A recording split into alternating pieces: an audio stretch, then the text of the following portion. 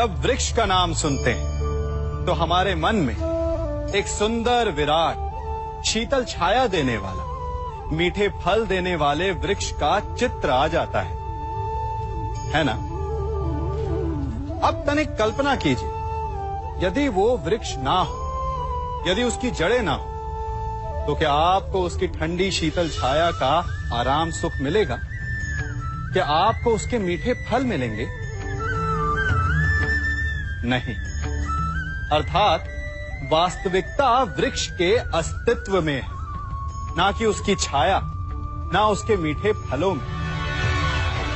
एक मनुष्य अपने जीवन में सदा मान, सम्मान, सुख और संतोष चाहता है, परंतु एक वृक्ष की भांति उसका चरित्र, उसका अस्तित्व होता है। वो चरित्र जड़ होती है जिससे उसकी शाखाएं फूटती हैं और उसे मान, सम्मान के मीठे फल मिलते हैं, सुख की छाया मिलती है।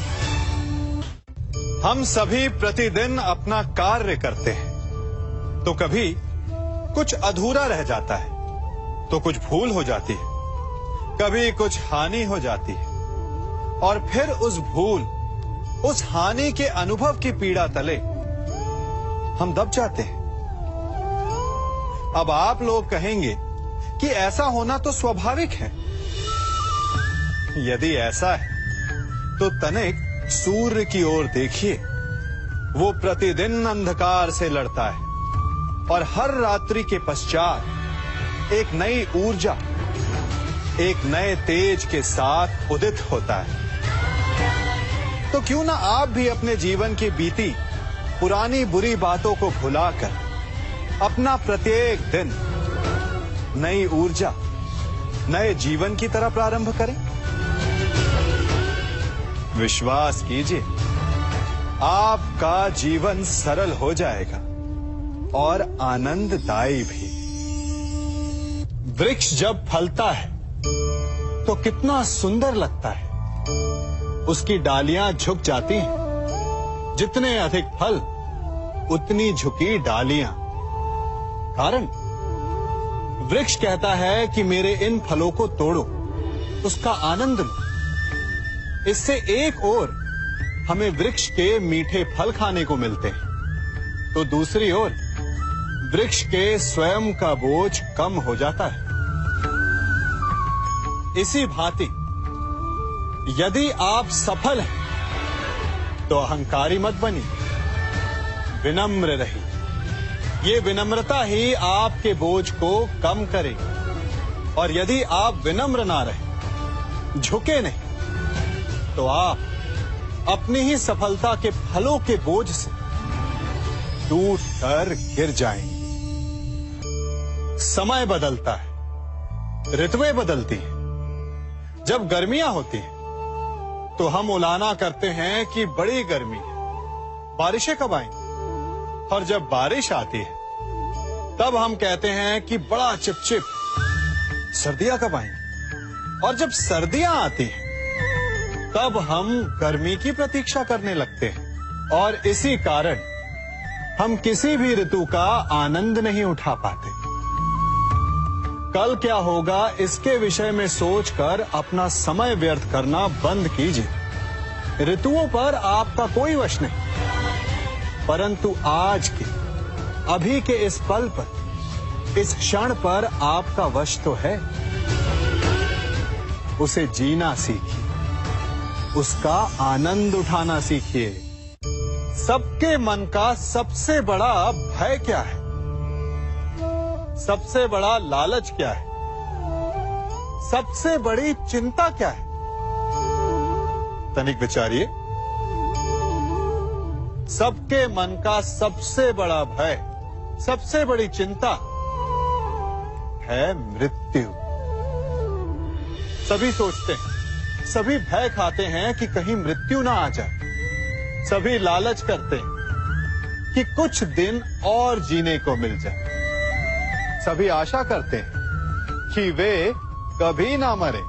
और इसी मृत्यु के भय के कारण ही आप उस जीवन की उपेक्षा कर देते हैं जिसे आप जी रहे हैं। क्या कभी आपने सोचा कि आप मृत्यु से भयभीत क्यों होते हैं? क्योंकि आप जीवन में वो कर नहीं पाए जो आप करना चाहते हैं, और जो आप करना चाहते हैं वो कर पाना तभी संभव होगा जब आप मृत्यु के भय से निकलकर अपने जीवन के हर पल का उपयोग करना सीख जाएंगे। तो मृत्यु के भय से बचने का केवल एक ही मार्ग है, एक ही मंत्र है, अपने जीवन के हर पल को जियो। वृक्ष मुझे बहुत प्रिय हैं, बहुत अच्छे लगते हैं। आपको भी अच्छे लगते होंगे। कारण यह है कि वो हमें छाया देते हैं, अपनी शीतलता देते हैं, शांति देते हैं। परंतु मुझे वृक्ष एक और कारण से अच्छे लगते हैं, और वो कारण है वो सीख जो एक वृक्ष हम सभी को देता है, और वो सीख है अमरता। एक वृक्ष कभी नहीं मरता। मरने से पूर्व वो अपने जैसे कई वृक्ष अपने बीजों के द्वारा संसार को दे जाता है। तो अमर होने का केवल एक ही मार्ग है, और वो है जो आपके पास है वो संसार को दो।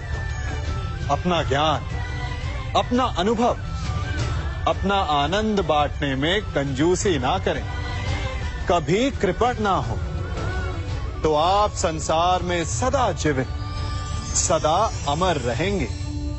हम सभी घरों में रहते हैं, और अधिकतर लोगों के जीवन का ये एक स्वप्न तो होता ही है कि हमारा अपना घर हो, है ना?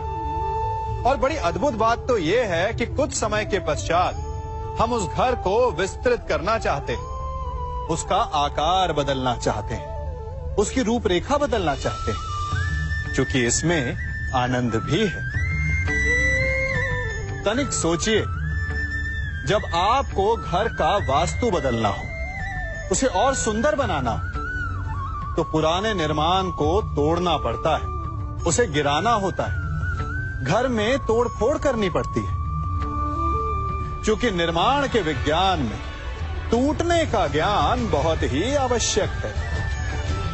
ठीक उसी प्रकार यदि आपके जीवन में समस्याएं, विपदाएं या बाधाएं आपको थोड़ा तोड़े, तो इसे संकेत समझिए कि आपके भीतर कुछ नया बनने वाला है, कुछ नए का निर्माण होने वाला है। और स्वागत करें इस नए निर्माण का, अपने जीवन के इस नए युग का। कभी वन में सिंह को अखेट करते देखा है?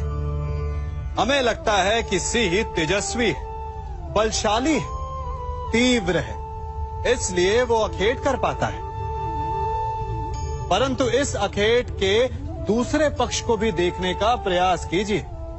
सिंह अखेट तभी कर पाता है जब हिरण आस छोड़ देता है, जब वो भागना बंद कर देता है, जब वो संघर्ष करना छोड़ देता है। सिंह हिरण की मृत्यु नहीं चुनता, हिरण स्वयं अपनी मृत्यु चुनता है।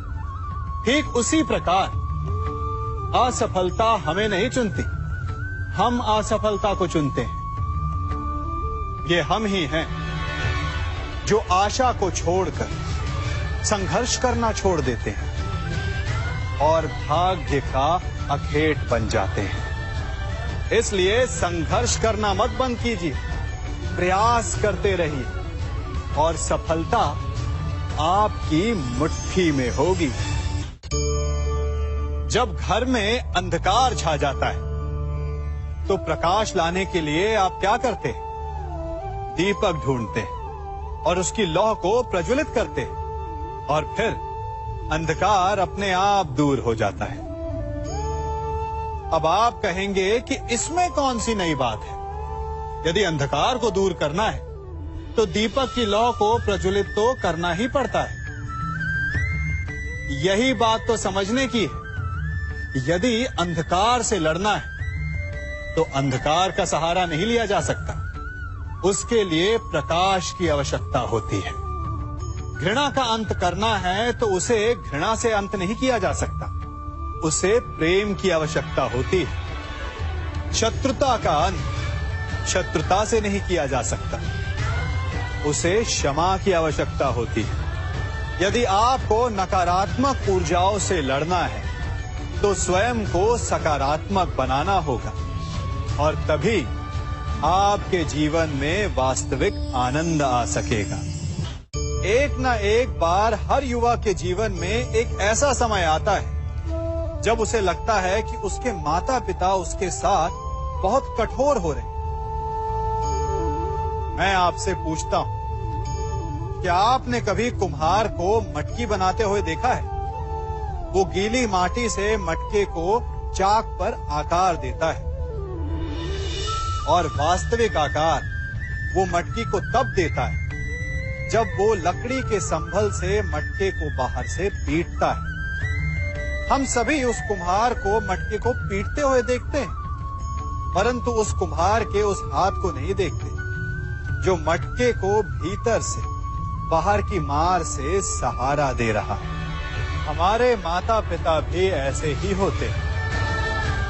अपनी संतान के भले के लिए, उसके भविष्य को आकार देने के लिए कभी कभी वो कठोरता को भी अपनाते हैं। आप केवल उनकी कठोरता को मत देखिए, उस संभल को भी देखिए जिसने आपको भीतर तक से संभाल कर रखा है। आप जानते हैं कि मैं क्या कर रहा हूं? मैं प्रतीक्षा कर रहा हूं कि कब इस वृक्ष पर फल लगेंगे और मैं उन मीठे फलों के रस को चख पाऊंगा। हंसी आ गई ना आपको? आप भी सोच रहे होंगे कि भला कौन सा मूर्ख बबूल के पेड़ को बोकर आम खाने की इच्छा रखता है। यदि कांटे बोए हैं तो फल नहीं, कांटे ही मिलेंगे।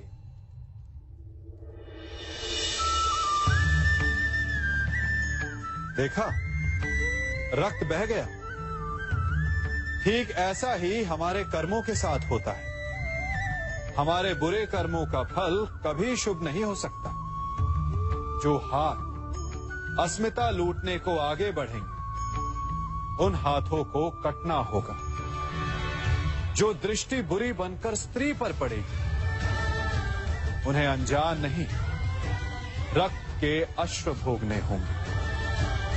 जिसने अपने जीवन में छल किया, उसे अपने ही छल के भार तले दब कर मिट जाना होगा। समय रहते जिसकी आंखें नहीं खुली, समय उसकी आंखें बंद कर देता है। इन भिन्न भिन्न प्रकार के पात्रों को देख रहे हैं आप? क्या आप बता सकते हैं कि इन पात्रों में क्या रखा है? आपको लग रहा होगा कि इसमें भिन्न भिन्न प्रकार के द्रव्य है ना? परंतु ऐसा नहीं है। इन सभी में एक ही जल है। देखिए,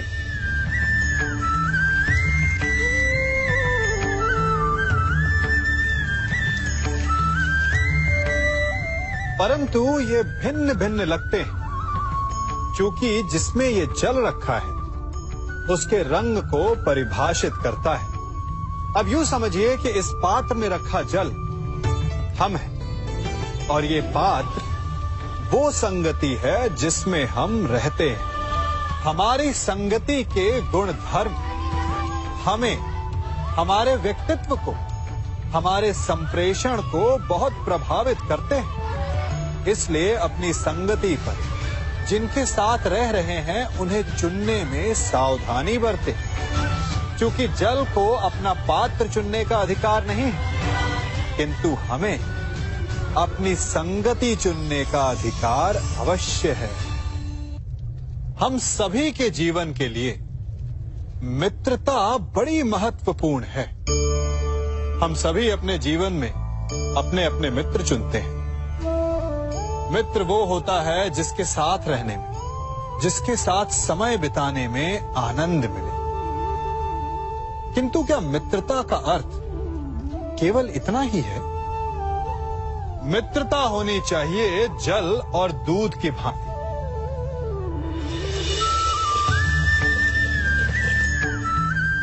जो एक साथ सदा मिल जाते हैं, एक आकार हो जाते हैं। जब दूध उबलता है तो जल भाप बनकर उड़ता है ताकि दूध का अस्तित्व बना रहे। जब यह मिश्रण उफनता है तब दूध पात्र से पहले गिरता है ताकि वो जल को बचा सके। मित्रता भी इसी प्रकार होती है, किंतु यदि दूध में तनिक भी खटास आ जाए तो वो दूध को फाड़ देती है। ठीक इसी प्रकार यदि मित्रता में संदेह आ जाए तो वो मित्रता को समाप्त कर देता है। इसलिए मित्र बनाएं, किंतु झूठे संदेह से सावधान रहें। जब सागर का जल वाष्प बनकर उड़ता है तब वो हमें दिखाई नहीं देता। मेघ उस जल को अपने भीतर छिपा लेते हैं, लंबी यात्रा करते हैं, प्रयास करते हैं कि वो जल सदा उनके भीतर छिपा रहे। परंतु जब वायु का वेग उन्हें उड़ाकर किसी पर्वत से ले जाकर के टकरा देता है तब उन मेघों को बरसना ही पड़ता है, क्योंकि यही नियति है, यही प्रकृति है। क्योंकि जल को सागर में जाकर मिलना ही है। ठीक ऐसा ही हमारे साथ भी होता है। हम सत्य अपने मन के मेघों में चाहे जितना छिपाने का प्रयास कर लें, परंतु समय की आंधी उसे वास्तविकता के पर्वत से ले जाकर के टकराकर हमारे समक्ष ले ही आती है। जिस भय के कारण आप सत्य को सामने नहीं लेकर आना चाहते, एक दिन वही भय हमारे समक्ष आकर खड़ा हो जाता है और फिर हम लाचार हो जाते हैं, क्योंकि हमने उस भय का सामना करने की तैयारी नहीं की होती। इसलिए सत्य से भागे नहीं, उसे छिपाए भी नहीं, उसे स्वीकार करें। भविष्य की बड़ी विपत्ति से बच जाएंगे। वृक्ष से टूटकर गिरे पत्ते को तो आप सभी ने देखा होगा। वो कुछ ही देर में मुरझा जाता है, पीला पड़ जाता है, सूख जाता है। वायु का वेग उसे उड़ाकर कहीं और ले जाता है, पैरों तले पिसता है, वर्षा के जल में गलता है। तो क्या यही अंत है? नहीं। इसके पश्चात क्या होता है वो विचारणीय है। एक पत्ता गलकर, सूखकर, पिसकर उसके अवशेष धरती में रिसते हैं और खाद बनते हैं, और उसके पश्चात वो खाद पेड़ की जड़ों में जाकर मिल जाता है और नवजीवन देता है एक और नए पत्ते को। अर्थात कहीं भी, कभी भी, कुछ भी ना अयोग्य होता है, ना बेकार होता है। इसलिए कुछ नष्ट हो जाने की चिंता करे बिना उसे आप समाज के हित में लगा दीजिए। विश्वास कीजिए, वो वस्तु, वो प्रयास कभी नष्ट नहीं होगा। कंकड़ों से बचने के लिए हम पदवेश पहनते हैं, भिन्न प्रकार के जूते पहनते हैं, और अच्छे जूते पहनकर कांटों के मार्ग पर चलना सरल हो जाता है। परंतु जब ये कंकड़, जब ये कांटे हमारे जूतों में होते हैं तो सरल मार्ग पर चलना भी कठिन हो जाता है। ठीक इसी प्रकार ये कंकड़, ये कांटे हमारे मन में होते हैं। ये कंकड़, ये कांटे होते हैं हमारा अतीत, जिसके भय के कारण हम उसे वर्तमान में स्वीकारना नहीं चाहते। कदाचित इसीलिए हमारे अतीत को भूत कहा गया है, क्योंकि एक भूत की भांति हमारा अतीत हमारा पीछा नहीं छोड़ता। इसलिए अपने अतीत के भयावह घटनाओं से भागे नहीं, उसे स्वीकारें। विश्वास कीजिए, आपका जीवन सरल हो जाएगा। कभी किसी पक्षी को घोंसले की नींव बनाते देखा है? अथक परिश्रम करके तिनका तिनका बिटोर कर वो पक्षी अपना घोंसला बनाता है। अपनी संतान के लिए एक सुरक्षित घर बनाता है और फिर कहीं से तीव्र आंधी आती है, भारी वर्षा होती है और उसका घोंसला तिनका तिनका करके बिखर जाता है। फिर वो पक्षी क्या करता है? वो रोता नहीं, ना ही विलाप करता है। वो बिना विलंब करे फिर से अपना घोंसला बनाना प्रारंभ कर देता है और सफलता पाता है। फिर हम क्यों छोटी छोटी असफलता से भयभीत होकर परिश्रम करना छोड़ देते हैं? एक बात सदा स्मरण रखिएगा, हर वृक्ष कुल्हाड़ी की एक मार से नीचे नहीं गिरता, हर चट्टान घन के एक प्रहार से नहीं टूटती। सफलता पाने के लिए अनावरत परिश्रम करना ही मात्र एक मार्ग है। स्वीकारण, सत्य का स्वीकारण मनुष्य के लिए बहुत ही महत्वपूर्ण है। जब तक मनुष्य सत्य को स्वीकार नहीं करता, उसे असत्य से लड़ने की शक्ति प्राप्त नहीं होती। जब आप भोजन करते हैं तो क्या होता है? आपका पेट स्वीकारता है कि वो भर चुका है और आप भोजन करना बंद कर देते हैं। जब आपको निद्रा आती है तो क्या होता है?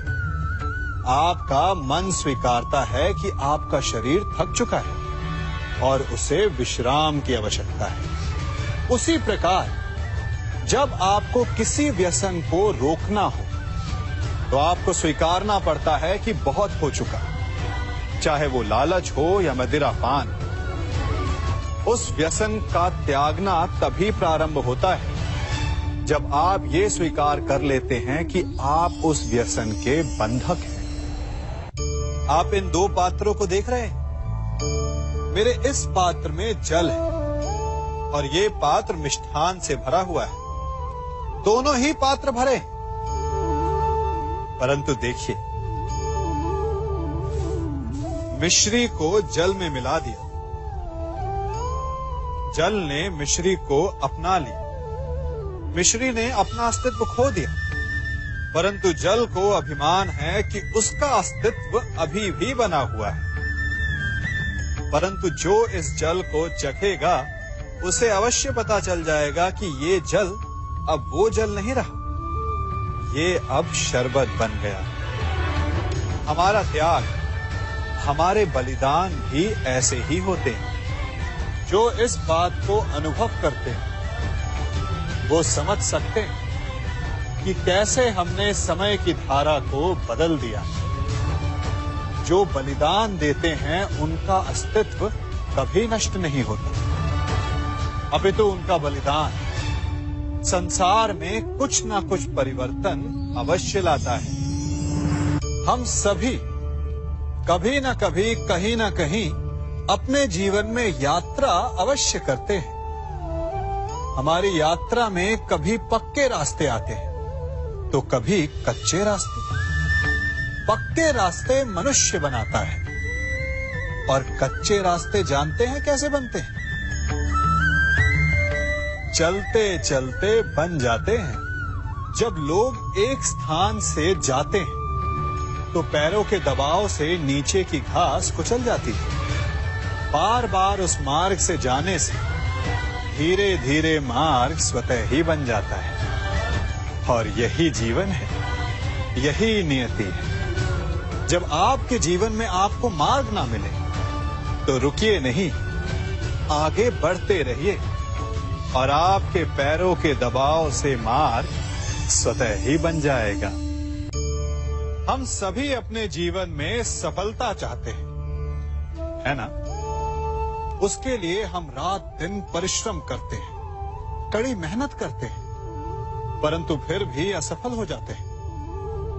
परंतु ऐसा क्यों होता है? कभी सोचा आप सबने? क्योंकि सफलता पाने का मंत्र बड़ा कठिन नहीं, बड़ा सरल है। उचित विचार, उचित समय, उचित स्थान पर उचित प्रहार।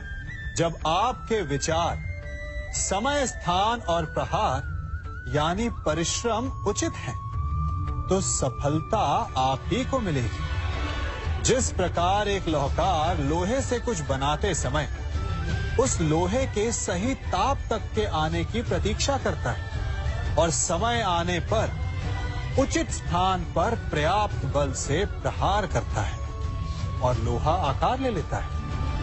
ठीक उसी प्रकार आपकी सफलता भी आकार लेती है। हम सभी को अपने जीवन में कभी ना कभी निराशा मिलती है, असफलता मिलती है और अधिकतर लोग इसके पश्चात भाग्य का रोना लेकर बैठ जाते हैं। कुछ कहते हैं कि जिस स्थान पर मैं हूं उससे कई ऊंचे स्थान पर होने के योग्य था, परंतु नहीं जा पाया। किसी को पीड़ा है कि उसे जो मिलना चाहिए था वो उसे नहीं मिला। भाग्य ही बुरा था।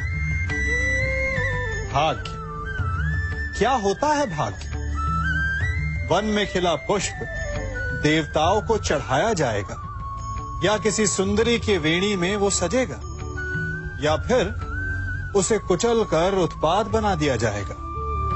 ये सब एक पुष्प के नियंत्रण में नहीं होता, परंतु जब तक उस पुष्प का अस्तित्व है, सुगंध बिखेरना उसके वश में अवश्य है। परंतु भाग्य हमारे वश में नहीं, और जो हमारे वश में नहीं उसके लिए दुखी होने से क्या होगा? कर्म पर वश है, वो कीजिए और धीरे धीरे भाग्य आपके वश में आ जाएगा, क्योंकि कर्म ही प्रधान है। हम में से ऐसा कोई नहीं जिनकी परछाई उनसे दूर रहती है। हमारी परछाई सदैव हमारे साथ रहती है। कदाचित हमारी परछाई हमारे कर्मों के फलों का संकेत है।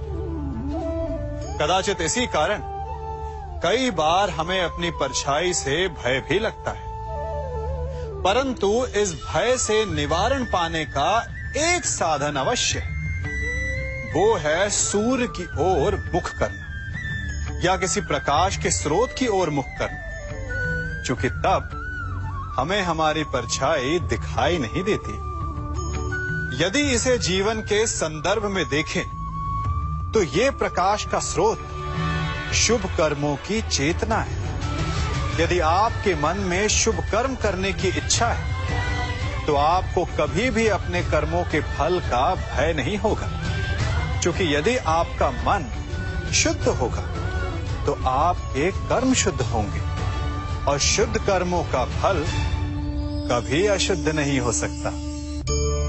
आज मैं आप सबको एक कथा सुनाता हूं। एक दिन प्रातः एक व्यापारी अपने घर से निकला। घर से निकलते ही एक बिल्ली ने उस व्यापारी का मार्ग काट दिया। व्यापारी घबरा गया। वो फिर से घर लौट गया और शुभ घड़ी की प्रतीक्षा करने लगा।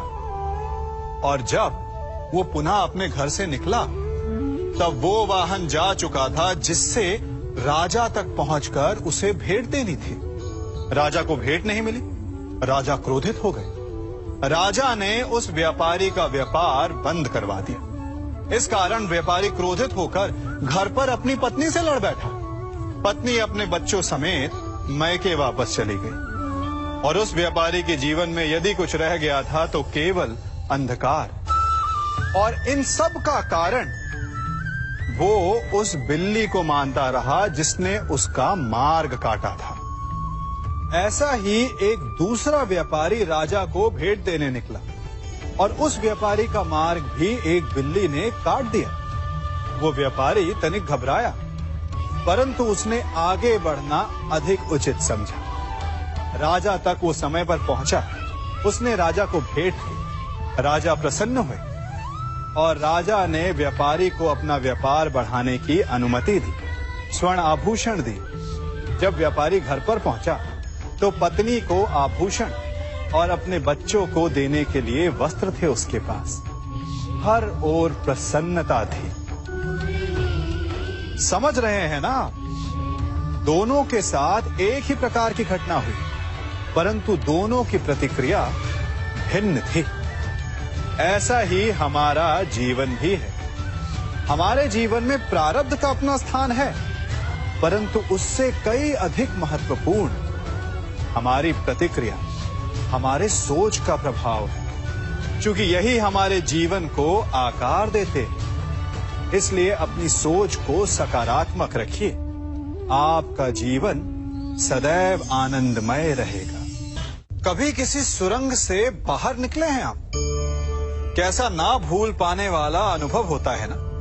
कितना भयावह अनुभव होता है।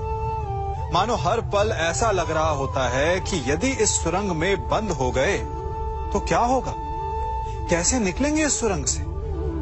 सर्वत्र अंधकार होता है।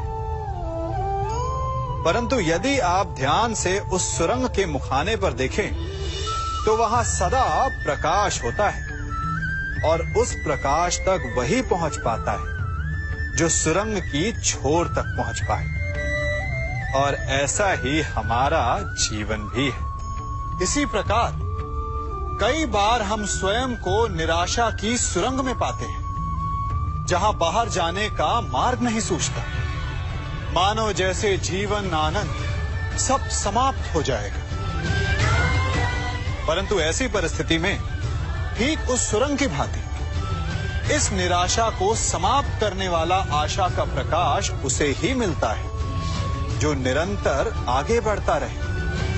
यदि आपके जीवन में कभी भी निराशा आए, कोई भी समस्या आए, तो उसका समाधान है निरंतर प्रयत्न करते रहना।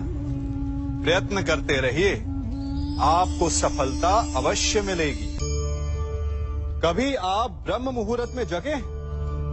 जगकर देखिए, संध्या होने के पश्चात जब रात्रि का अंधकार सारे संसार को धीरे धीरे अपने अंधकार में निगलने लगता है, तो यही अंधकार ब्रह्म मुहूर्त में भोर होने से ठीक पूर्व तनिक अधिक काला हो जाता है।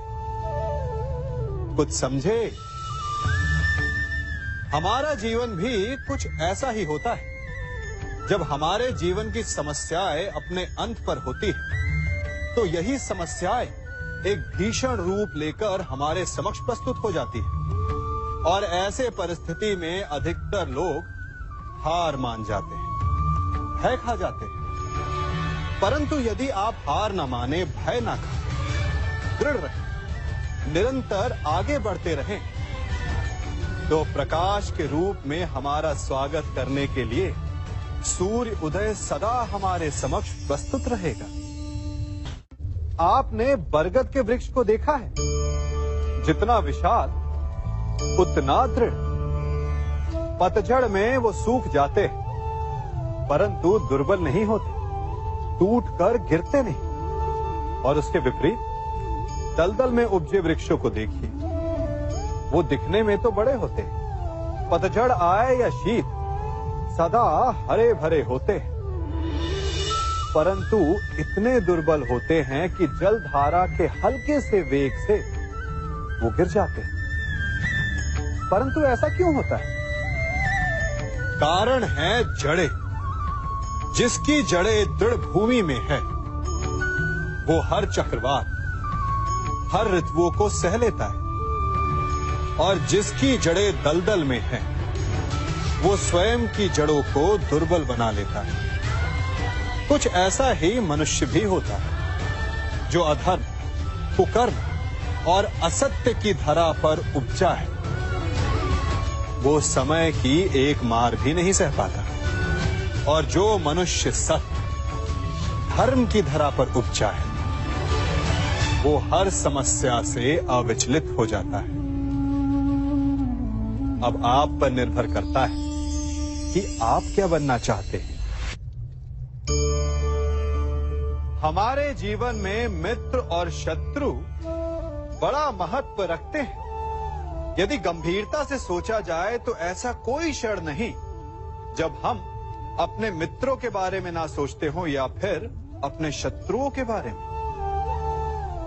हमारा हर कार्य या तो हमारे मित्रों के हित के लिए होता है या फिर हमारे शत्रुओं के अहित के लिए।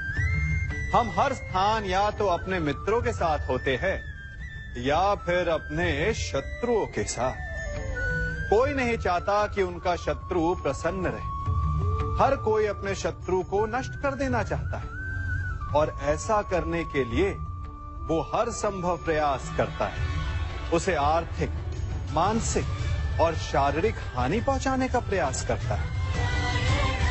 परंतु यदि मैं आज आपको ऐसा मंत्र सिखाऊं जिससे आप अपने शत्रु को सदा के लिए नष्ट कर दे तो, और वो मंत्र है मित्र बनाना। अपने सभी शत्रुओं को अपना मित्र बना लीजिए और आपके सारे शत्रु स्वतः ही समाप्त हो जाएंगे। मैं क्या कर रहा हूं?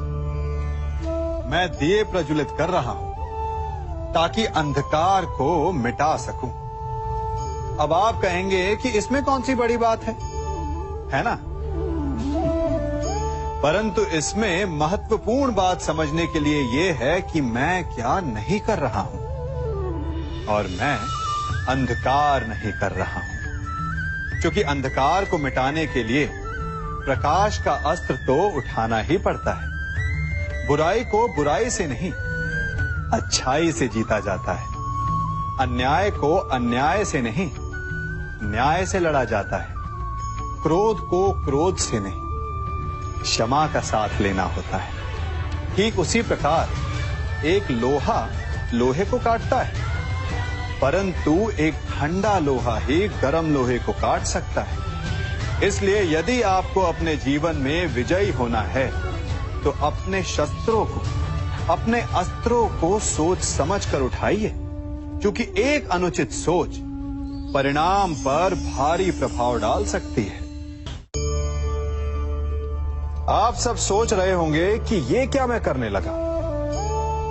मैं इस पौधे को जड़ से उखाड़ रहा हूं। आश्चर्य हो रहा है ना कि एक पौधे को उखाड़ना या काटना ना केवल एक अपराध है अपितु पाप भी है।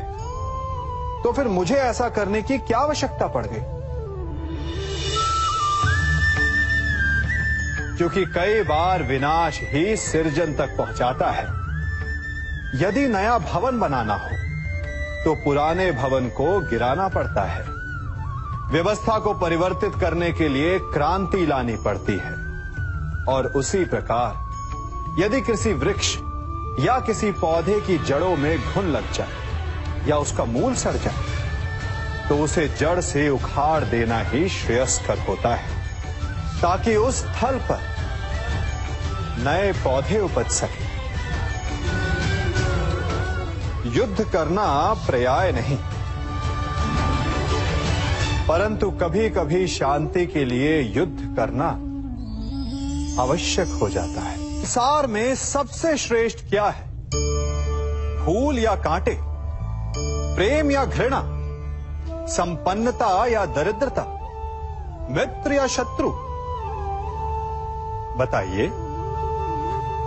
अब आप भी कहेंगे कि भला ये कोई पूछने की बात हुई? अवश्य, फूल, प्रेम, संपन्नता और मित्र ही श्रेष्ठ है। परंतु क्या आपने अपने जीवन में कभी सोचा है कि हर एक भाव, हर एक वस्तु, हर एक घटना का एक गुण धर्म होता है? त्वचा पर जलन करने वाले फूलों से अधिक श्रेष्ठ वो कांटे हैं जिनसे आप अपने घर की बाढ़ बनाते हैं ताकि वन्य पशु आपके भीतर ना आ सके। वो प्रेम श्रेष्ठ नहीं जो आपको अंधा, लोभी, पक्षपाती बनाते। वो घृणा श्रेष्ठ है जो आपको नया मार्ग दिखाते। वो संपन्नता श्रेष्ठ नहीं जो आपको कृपण बनाते, मतदान बनाते। वो दरिद्रता श्रेष्ठ है जो आपको जीवन में परिश्रम करने की शिक्षा दे। कुविचार देने वाले, बुरा मार्ग दिखाने वाले मित्रों से अधिक श्रेष्ठ वो शत्रु होते हैं जो हमें जीवन का लक्ष्य दे दे। इसलिए अपने जीवन में हर वस्तु, हर भाव, हर घटना के गुण धर्म को पहचानिए और उसके पश्चात अपना चयन कीजिए। स्वर्ण, हम सभी को अपने जीवन में स्वर्ण से कभी ना कभी कुछ ना कुछ थोड़ा या अधिक मोह होता ही है ना? परंतु क्या आपने कभी सोचा कि स्वर्ण को प्राप्त कैसे किया जाता है? जब भूमिगत खदानों से स्वर्ण को निकाला जाता है तब वो एक पाषाण की भांति होता है। ऐसा पाषाण जिससे आप किसी को भी मार सकते हैं, परंतु उसे आभूषण के रूप में स्वयं के शरीर पर धारण नहीं कर सकते। यदि उसे आभूषण बनाना है तो उसे लंबी यात्राएं करनी होती है, उस पाषाण को पिघलना होता है, सुनार के हथौड़ी की अनेकों चोटें खानी पड़ती है, फिर काट छाट और उसके पश्चात जाकर वो ऐसा आभूषण बनता है जो हमें वर्षों तक, सदियों तक लुभाता रहता है। इसलिए यदि आपको समय पर विजय पानी है तो स्वयं के निर्माण पर समय देना होगा। हम सभी सुनते आए हैं कि जो वीर होता है, साहसी होता है, शौर्यवान होता है, उसके समक्ष सारा संसार झुकता है। वीर भोग्य वसुंधर। परंतु वीरता है क्या? शौर्य क्या है? साहस क्या है? साहस युद्ध नहीं, वीरता विजय नहीं, शौर्य कभी ना गिरना नहीं। साहस किसी चुनौती के समक्ष खड़े होने का भाव है, तो वीरता उस चुनौती को उत्तर देने के लिए पूर्ण परिश्रम लगा देना है। और शौर्य का अर्थ है गिरकर फिर से उठने का साहस रखना, बार बार प्रहार करके वीरता दिखाना, निरंतर प्रयास करते रहना, निरंतर परिश्रम करते रहना। इसलिए विजयी होने से अधिक महत्वपूर्ण है शौर्यवान होना, क्योंकि जो शौर्यवान है उसे विजय मिलना निश्चित है। हम सभी बचपन से ये सुनते आए हैं कि अच्छे मित्र हमारे जीवन को पूर्णतः परिवर्तित कर सकते हैं, है ना? अच्छे मित्र, परंतु कौन? जिनसे आप प्रश्न पूछें और वो मित्र बिना किसी पक्षपात के, भय रहित होकर, बिना किसी लालच के आपको उचित उत्तर दें। परंतु सबके समक्ष ये समस्या आ जाती है कि आज के समय में ऐसे मित्र मिलना दुर्लभ है, वो तो होते ही नहीं। परंतु मैं आपको एक बात बताता हूं, हम सब के पास एक ऐसा मित्र होता है, बस हम उसे पहचान ही नहीं पाते। वो है दर्पण। दर्पण के समक्ष खड़े होकर आप स्वयं से पूछिए कि यदि आज आपका अंतिम दिन होता तो क्या आप वही करते जो आप कर रहे थे? आपको उत्तर मिले या ना मिले, परंतु आपकी दिशा अवश्य बदलेगी। इसलिए आपसे अतिरिक्त आपका सबसे घनिष्ठ मित्र, सबसे अच्छा मित्र और कोई नहीं। हम सभी अपने जीवन में कोई ना कोई कार्य करते हैं। कार्य करते हैं तो थकान की अनुभूति होती है, और यदि थकान ना उतरे तो कार्य करने का मन नहीं करता। हम आशा करते हैं कि कदाचित एक दिन में 24 के स्थान पर 26 घंटे होते तो आराम करने के लिए हमें और अधिक समय मिल जाता। हमें ऐसा अनुभव होता है कि हम बहुत अधिक कार्य कर रहे हैं, है ना? परंतु क्या आपने कभी सोचा है कि जो लोग संसार में सफल हैं, उनके पास भी सफल होने के लिए दिन में केवल 24 घंटे थे, तो फिर वो सफल क्यों है? इसका एक छोटा सा रहस्य है। वो कार्य चुनते हैं जो उन्हें प्रिय है, जिसे करने में उन्हें आनंद आता है। उन्हें लगता ही नहीं कि वो कार्य कर रहे हैं, उन्हें लगता है कि वो प्रतिपल आनंद मना रहे हैं। और जब आप आनंद मनाते हैं तो थकान कैसी?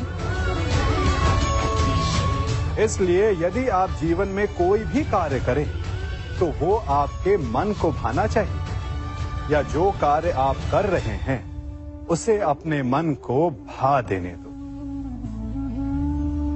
सफलता आपको मिलेगी। हमारा शरीर प्रकृति का एक महान आविष्कार है। इससे जटिल संरचना संसार में और कोई नहीं। हमारा शरीर जितना जटिल है, यदि इसे ठीक से जाना जाए तो इससे अधिक सरल ज्ञान देने वाला और कोई नहीं। हमारे शरीर में पंच इंद्रियां होती हैं जो हमें भाव, गुण और वस्तुओं का बोध कराती हैं। हमारे पास आंखें हैं, नाक है, स्पर्श के लिए त्वचा है, कान है और जीभा है। सबका भिन्न भिन्न कार्य है। आंखों से देखना, कानों से सुनना, नथनों से श्वास लेना, त्वचा से स्पर्श करना और जीभा से स्वाद लेना। परंतु क्या आपने कभी सोचा कि प्रकृति ने हमें 2 आंखें दी, 2 नथुएं दी, 2 कान दी, स्पर्श के लिए ये पूरा शरीर दिया, परंतु जीभा केवल 1 दी? ऐसा क्यों? क्योंकि प्रकृति चाहती है कि हम देखें अधिक, सुने अधिक और ज्ञान अधिक अर्जित करें, बोले कम। क्योंकि अधिक वाचाल नाश को निमंत्रण देता है। स्मरण रखिएगा।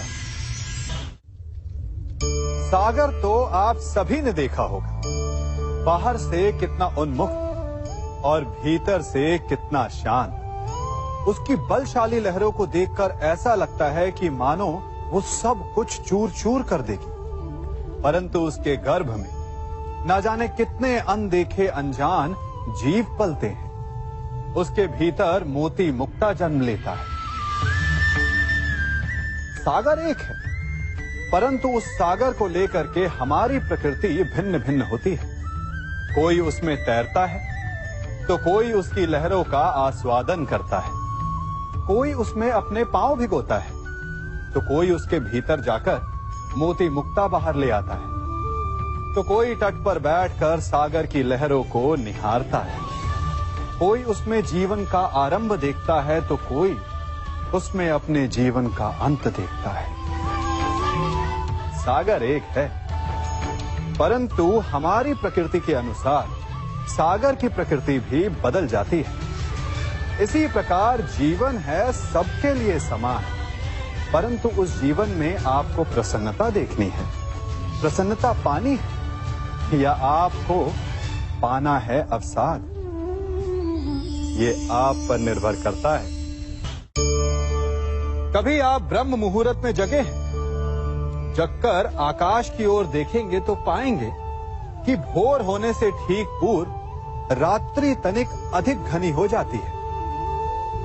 अर्थात जब समस्याएं अपनी चरम सीमा पर होती है तो उनका हल निकट होता है, परंतु जो इस अंधकार से हार जाता है वो इस अंधकार में डूब जाता है, और जो संघर्ष करता है वो उस अंधकार से उभर आता है। सदैव स्मरण रखिएगा, अंत चाहे कितना भी अंधकारमय क्यों ना हो, उसके पश्चात एक नया आरंभ फूटता है, एक नया उदय होता है। चक्रवात के पश्चात जो शांति छाती है, उसके पश्चात प्रारंभ होता है शुभ जीवन का, शुभ भविष्य का, शुभ नव प्रारंभ का। कहा जाता है कि मनुष्य योनि सभी योनियों में श्रेष्ठ है, उत्तम है। क्यों? क्योंकि वो बातें कर सकता है, विचार कर सकता है, या वो आविष्कार कर सकता है, अद्भुत यंत्र बना सकता है? नहीं, क्योंकि मनुष्य के भीतर करुणा, चेतना और सद्भाव वास करते हैं। सामान्यतः हर प्राणी योनियों की 4 उद्देश्य होते हैं: सोना, अपनी भूख मिटाना, अपना क्षेत्र बनाना और संतान की उत्पत्ति करना। किंतु मनुष्य योनि श्रेष्ठ इसलिए है क्योंकि अपनी भूख मिटाने के साथ साथ वो प्रयास करता है कि औरों की भूख भी मिटे, सब लोग मिलजुल कर विकास करें। वो समष्टि के लिए सोचता है। अपने आप चरना तो पशु की प्रवृत्ति होती है, परंतु दूसरे के लिए स्वयं का बलिदान कर देना, दूसरे के दुख को समझने की करुणा, यही प्रवृत्ति एक मनुष्य को भिन्न बनाती है। जिस दिन मनुष्य के भीतर करुणा लुप्त हो जाएगी, उस दिन वो मनुष्य सामान्य पशु बनकर रह जाएगा।